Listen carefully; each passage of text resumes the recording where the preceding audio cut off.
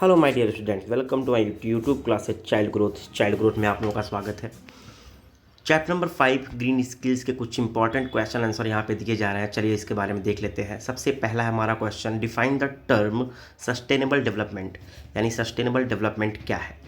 तो चलिए इसका आंसर देखते हैं। Sustainable development means development that meet the need of the present without compromising the ability of future generations to meet their own needs। यानी sustainable development क्या है, इसका मतलब ये है कि बिना किसी समझौते के कोई भी हमारा जो प्रेजेंट का जो भी हमारी आवश्यकताएं हैं, ठीक है ना, या भविष्य के जनरेशन के जो भी आवश्यकताएं हैं, ठीक है, हम उनको क्या कर सकें, वो पूरी हो सके, वो उसी को बोलते हैं सस्टेनेबल डेवलपमेंट, यानी लगातार विकास की प्रक्रिया होना। Question number 2, what are the 3 fundamental components और पिलर्स ऑफ सस्टेनेबल डेवलपमेंट। यानी सस्टेनेबल डेवलपमेंट के 3 मुख्य पिलर कौन कौन से, स्तंभ कौन कौन से हैं। तो चलिए इसका आंसर देखते हैं कि the 3 pillars of sustainability are, यानी अगर सतत विकास प्रक्रिया करनी है तो उसके 3 मुख्य जो पिलर्स हैं वो हैं, सबसे पहला है इकोनॉमिक वायबिलिटी, यानी अर्थव्यवस्था हमारा बहुत स्ट्रांग होना चाहिए, ठीक है ना। एनवायरमेंटल प्रोटेक्शन, यानी इन्वायरमेंट का प्रोटेक्ट करना ज़रूरी है, सुरक्षा करना ज़रूरी है। इसका मतलब क्या है, जैसे वेदर हो गए या कुछ भी जो अचानक से आते हैं ना, जो भी प्रॉब्लम जो अचानक से आते हैं, चाहे ड्रॉट हो गया, चाहे फ्लड हो गया, चाहे वो भूकंप हो गया, अर्थक्वेक हो गए, ये सब अचानक से आते हैं, उन सब का प्रोटेक्ट किया जाए, मतलब ग्रीन प्लांट्स लगाया जाए, ठीक है ना। सोशल इक्विटी, यानी समाज आपस में बना रहे, सामाजिक स्तर में सब बना रहे, ये 3 चीज़ें हैं सस्टेनेबल डेवलपमेंट के लिए, ठीक है ना। चलिए देखते हैं क्वेश्चन नंबर 3। क्वेश्चन नंबर 3 कह रहा है what are the 4 Ps of sustainable developments, explain them briefly. यानी 4 पीएस कौन कौन से हैं उसके बारे में बताइए और उसको एक्सप्लेन करिए।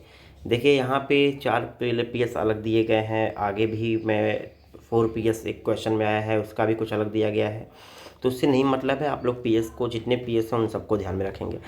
तो द 4 पीएस आर, 4 पीएस कौन कौन से हैं, तो वो है, सबसे पहला हमारा है प्रॉफिट। प्रॉफिट का क्या है, that represent the economic issues. Profit क्या करता है, इकोनॉमिक इश्यूज को रिप्रेजेंट करता है, दर्शाता है। सेकंड है हमारा पीएस में पीपल, यानी who represent the social culture issue, यानी लोग जो सोशल सामाजिक सभ्यताओं को, इश्यूज को, ठीक है ना, रिप्रेजेंट करते हैं। थर्ड हमारा है planet, which represent the environmental issues, जो क्या करता है, इन्वायरमेंटल इशूज को रिप्रेजेंट करता है। नंबर 4 पे हमारा पॉलिसी, यानी which refers to visionary political leadership and implementation of policies needed to make sustainable development a reality. यानी ये क्या है कि ये रेफर्स करता है कुछ ऐसे पॉलिटिकल लीडरशिप को जो पॉलिसीज, नियमों को बनाते हैं, उसको और आगे लेके जाते हैं, जो सस्टेनेबल डेवलपमेंट के लिए बहुत आवश्यक होते हैं। तो ये था क्वेश्चन नंबर 3। आइए देखते हैं क्वेश्चन नंबर 4। क्वेश्चन नंबर 4 कह रहा है what is UN's sustainability development programme 2030, यानी 2030 सस्टेनेबिलिटी डेवलपमेंट प्रोग्राम क्या था, मतलब क्या है। तो देख लेते हैं। The 2030 agenda for sustainable development, यानी 2030 का जो सस्टेनेबल डेवलपमेंट का जो रूल है, जो एजेंडा है, वो adopted by all United nation members states in 2015। 2015 में सभी देशों के जो मेंबर्स से, सदस्य, ठीक है ना, वो एक जगह इकट्ठा हुए थे और इनको अपनाया गया था। Provides a shared blueprint for peace and prosperity for people and the planet now and into the future. वहाँ पे ये बातें हुई थी कि एक ब्लूप्रिंट बनाया गया था, किस तरह से इस पूरे संसार में ग्रीनरी को बढ़ावा देना है, किस प्रकार से लोगों में शांति फैलाना है, लोगों को समृद्ध बनाना है, खुशहाल बनाना है, और फ्यूचर कैसे लोगों का अच्छा करना है। इन सभी चीज़ों के बारे में 2030 जो प्रोग्राम, 2030 के नाम से जो प्रोग्राम हुआ था 2015 में, उसमें इन सब बातों पर चर्चा की गई थी। देखते हैं question number 5, why sustainable development is necessary, यानी सतत विकास प्रक्रिया क्यों जरूरी है। तो देख लेते हैं। It keeps the balance between the environment and our development, मतलब ये कहीं ना कहीं हमारे एनवायरनमेंट में और डेवलपमेंट में एक संतुलन बना के रखता है। It is necessary to meet the demands of the present generations, ये भी ज़रूरी है कि जो हमारा वर्तमान का जो पीढ़ियाँ है, जो जनरेशन चल रहा है, उसके डिमांड्स को पूरी किया जाए, पूरा करना आवश्यक है, ठीक है ना। It is needed to prevent environmental degradation, it can be useful to make a better economic growth, यानी कहीं ना कहीं हमारे इन्वायरमेंटल चीज़ों को भी बचाने की ज़रूरी है, उसको सुरक्षा करना ज़रूरी है, और इस तरह से प्रेजेंट में हमारा इकोनॉमिक ग्रोथ भी अच्छा हो सकता है। आइए देखते हैं क्वेश्चन नंबर 6। क्वेश्चन नंबर 6 में कह रहा है discuss some examples of sustainable development, यानी सस्टेनेबल डेवलपमेंट के कुछ एग्जाम्पल्स बताइए। तो चलिए देख लेते हैं। Some examples of sustainable developments are, sustainable development के कुछ एग्जाम्पल निम्नलिखित हैं, जैसे safeguarding water, saving energy, reducing waste, using recycle packaging, limiting और eliminating the use of plastics, reusing paper etcetera. यहाँ पे पेपर रहेगा, इसको ध्यान दीजिएगा, यहाँ पे ईटी लिखा गया लेकिन यहाँ पेपर रहेगा। ओके, चलिए देखते हैं क्वेश्चन नंबर 7। तो यहाँ पे क्वेश्चन नंबर 7 बाई मिस्टेक है। क्वेश्चन नंबर 7 नीचे है, list some common challenge in sustainable development, यानी सस्टेनेबल डेवलपमेंट में कौन कौन से चैलेंज आते हैं उसको देख लेते हैं। Some common challenges in sustainable development are, यानी कुछ ऐसे कॉमन चैलेंजेस हैं जो सतत विकास प्रक्रिया में एक चैलेंज बनकर आते हैं। वो चैलेंज क्या क्या है? सबसे पहला है क्लाइमेट चेंज, यानी जलवायु का परिवर्तन होना। सेकंड है हंगर एंड मैलन्यूट्रिशन। थर्ड है वार एंड बॉर्डर कॉन्फ्लिक्ट्स, यानी जो भूख और महामारी जो होती है उससे भी सतत विकास प्रक्रिया में बाधाएं आती हैं। वार एंड बॉर्डर कॉन्फ्लिक्ट्स, यानी जो हमारे पड़ोसी देश हैं उनसे लड़ाई होना, इन सब चीज़ों में भी सतत विकास। अभी जल्दी में ही आपने सुना था अफ़गानिस्तान में अटैक हुआ था, ठीक है ना, तो वहाँ पर भी बहुत सारी सतत विकास प्रक्रिया रुक जाती है, डेवलपमेंट होना रुक जाता है। रैपिड अर्बनाइजेशन, यानी तेज़ी के साथ जो शहरीकरण हो रहा है वो भी कहीं ना कहीं सस्टेनेबल डेवलपमेंट में बाधा हो रहा है। और सबसे मुख्य है करप्शन, यानी भ्रष्टाचार, ये भी कहीं ना कहीं सस्टेनेबल डेवलपमेंट में बहुत बड़े चैलेंज होते हैं। तो ये था क्वेश्चन नंबर 7। आइए देखते हैं क्वेश्चन नंबर 8। क्वेश्चन नंबर 8 में कह रहा है discuss briefly why sustainable development is a challenge for developing countries, यानी डिस्कस करना है कि किस प्रकार से सस्टेनेबल डेवलपमेंट में जो चैलेंज होता है डेवलपिंग कंट्रीज के लिए वो कैसा होता है। चलिए देख लेते हैं। The main challenge to sustainable development which are global in character include poverty and exclusion, unemployment, climate change, conflict and humanitarian aid building peaceful and inclusive societies, building strong institution of governments and supporting the rule of law. यानी अगर कह सकते हैं कि sustainable development में पूरी country के लिए, चाहे कोई भी कंट्री हो, ग्लोबल तौर पे देखा जाए तो कौन कौन सी बाधाएं आती हैं। देखिए मेन चीज़ क्या है कि किसी भी विकास प्रक्रिया में मेन चीज़ होता है अनएम्प्लॉयमेंट, क्लाइमेट चेंज होना, कॉन्फ्लिक्ट होना, ठीक है ना, पीसफुल चीज़ों को बनाना, बहुत सारी चीज़ें प्रॉब्लम होती हैं किसी भी डेवलपमेंट कंट्रीज़ के लिए, ठीक है ना। तो ये सब जितनी भी चीज़ वो सब क्या है यहाँ पे चैलेंज दिए गए हैं। चलिए देखते हैं question number 9। What are the ways to overcome the challenge in the way of sustainable development, यानी सस्टेनेबल डेवलपमेंट में कौन कौन से चैलेंज आते हैं उनको कैसे दूर किया जा सकता है। आंसर है to overcome the challenge in the way of sustainable development, यानी सतत विकास प्रक्रिया में जो भी बाधाएं आती हैं उनको दूर किया जा सकता है। कैसे? सबसे पहला टेक्नोलॉजी यूज करके। सेकंड में रिड्यूस, रीयूज एंड रिसाइकल, कोई भी सामान हो जैसे प्लास्टिक हो गए उनको कम करना चाहिए क्योंकि वो हमारे इन्वायरमेंट के लिए सही नहीं है। रीयूज, प्लास्टिक का रीयूज करना चाहिए। और रिसाइकल, और जितना हो सके किसी न किसी काम में उनको फिर से बना देना चाहिए, रिसाइकल करना चाहिए। अगला है इम्प्रूविंग क्वालिटी ऑफ लाइफ, यानी लोगों के जीवन के क्वालिटी को इम्प्रूव करना। अगला है promoting environmental education and awareness, यानी प्रमोट करना, लोगों को जागरूक करना एनवायरमेंट के बारे में, एजुकेशन के बारे में, इन सब में क्या करना, जागरूक करना लोगों को, ठीक है ना। चलिए देखते हैं क्वेश्चन नंबर 10। क्वेश्चन नंबर 10 में हमारा क्या है। क्वेश्चन नंबर 10 कह रहा है what are the some initiatives by India toward sustainable development in the country, यानी कौन कौन सी पहल भारत के द्वारा किया गया देश में सस्टेनेबल डेवलपमेंट को लाने के लिए। तो चलिए देख लेते हैं। सबसे पहला पहल किया गया क्योटो एंड पेरिस एग्रीमेंट लाया गया। The clean development mechanism project लाया गया। State action plans for climate change, coal cess and national clean energy fund लाया गया। National adaptation fund for climate change के लिए नेशनल एडेप्शन फंड भी लेकर आया गया। तो ये सब बदलाव किए गए भारत को क्या करने के लिए, सस्टेनेबल डेवलपमेंट कंट्री बनाने के लिए ये सब पहल किया गया। चलिए देखते हैं question number 11। What do you mean by environment, environment से आप क्या समझते हैं। तो सिंपल सा आंसर है कि इन्वायरमेंट क्या है। An environment is everything, environment सब कुछ है दैट इज अराउंड अस, जो हमारे आसपास पाया जाता है, चारों तरफ पाया जाता है। Which includes both living and non living things, जिनमें सब कुछ आते हैं, चाहे वो लिविंग थिंग्स हो चाहे वो नॉन लिविंग थिंग्स हो।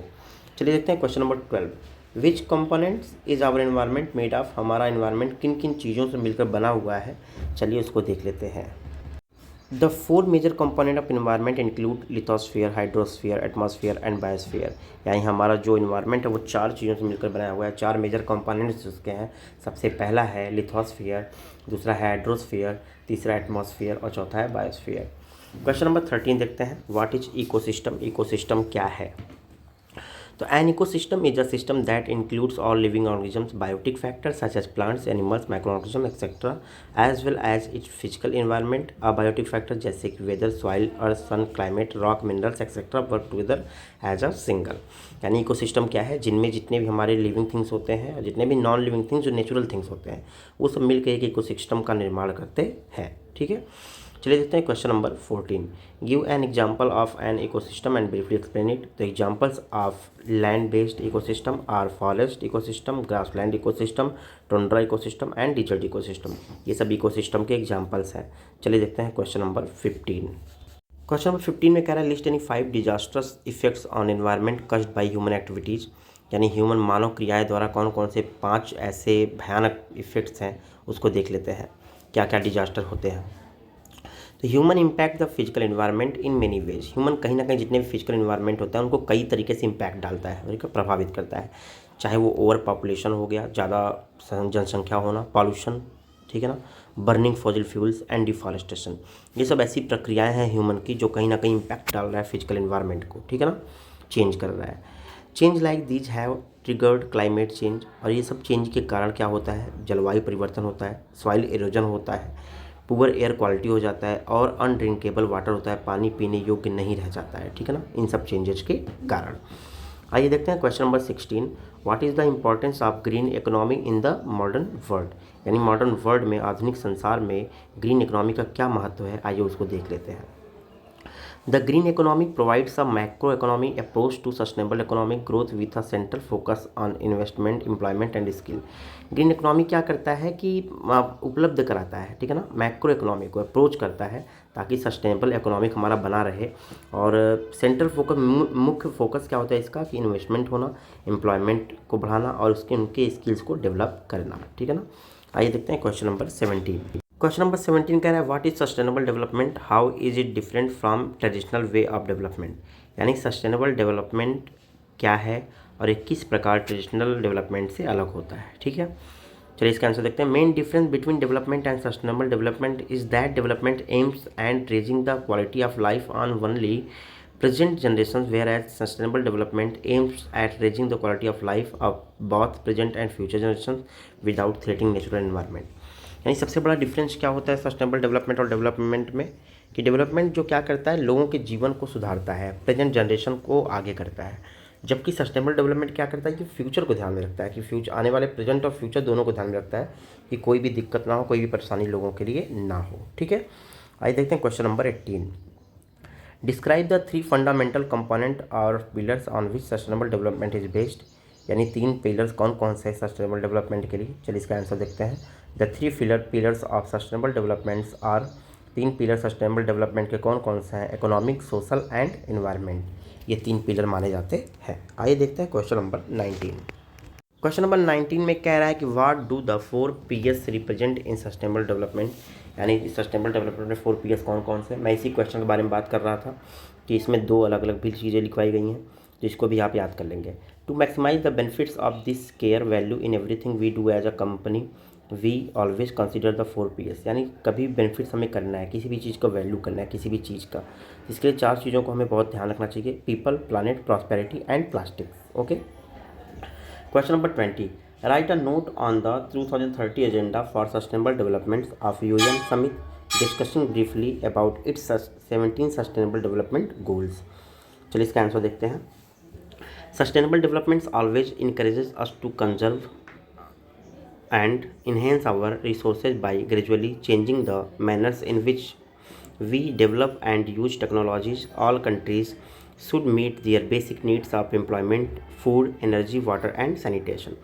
यानी सस्टेनेबल डेवलपमेंट क्या है, ये हमेशा इंकरेज करता है, कंजर्व करता है, बढ़ाता है लोगों के रिसोर्सेज को, धीरे धीरे चेंज करता है किसी भी मैनर्स को, ठीक है ना, और वो टेक्नोलॉजी हो चाहे किसी भी चीज़ का यूज करके कंट्री को डेवलप करता है, ठीक है ना। और आगे देखते हैं 17 सस्टेनेबल डेवलपमेंट गोल्स जो बुक में था आप लोगों का, तो उसको आप लोग वहाँ से लिख लेंगे, ठीक है। चलिए देखते हैं क्वेश्चन नंबर 21। तो 17 सस्टेनेबल गोल्स जो था वो आप लोग बुक से लिख लेंगे। क्वेश्चन नंबर 21 जो है आप लोगों का, how is sustainable development beneficial for the economy, society and environment of a nation, discuss briefly. तो क्वेश्चन नंबर 20 जो अभी मैंने आपको बताया वो 20 वाला भी 21 में चलेगा, ठीक है ना, क्वेश्चन नंबर 21 में भी, तो आप उसको राइट कर लेंगे। आइए देखते हैं क्वेश्चन नंबर 22। क्वेश्चन नंबर 22 में कह रहा है, how the problems of climate change, hunger and degrading biodiversity addressed by sustainable development approach. यानी किस प्रकार से जो क्लाइमेट चेंज होता है, हंगर होता है, वो बायोडाइवर्सिटी या सस्टेनेबल डेवलपमेंट अप्रोच डालता है, उन समस्या कैसे अप्रोच करता है। तो biodiversity is essential for sustainable development, सबको पता है बायोडाइवर्सिटी जो है वो सस्टेनेबल डेवलपमेंट में बहुत ही ज़्यादा आवश्यक होता है। And human well being, it underpins the provision of food, fibres and water, it mitigates and provides resilience to climate change, it supports human health and provides jobs in agriculture, fisheries, forestry and many other sectors. As biodiversity is lost, there is a risk that some threshold will be passed, undermining the functioning of the earth system.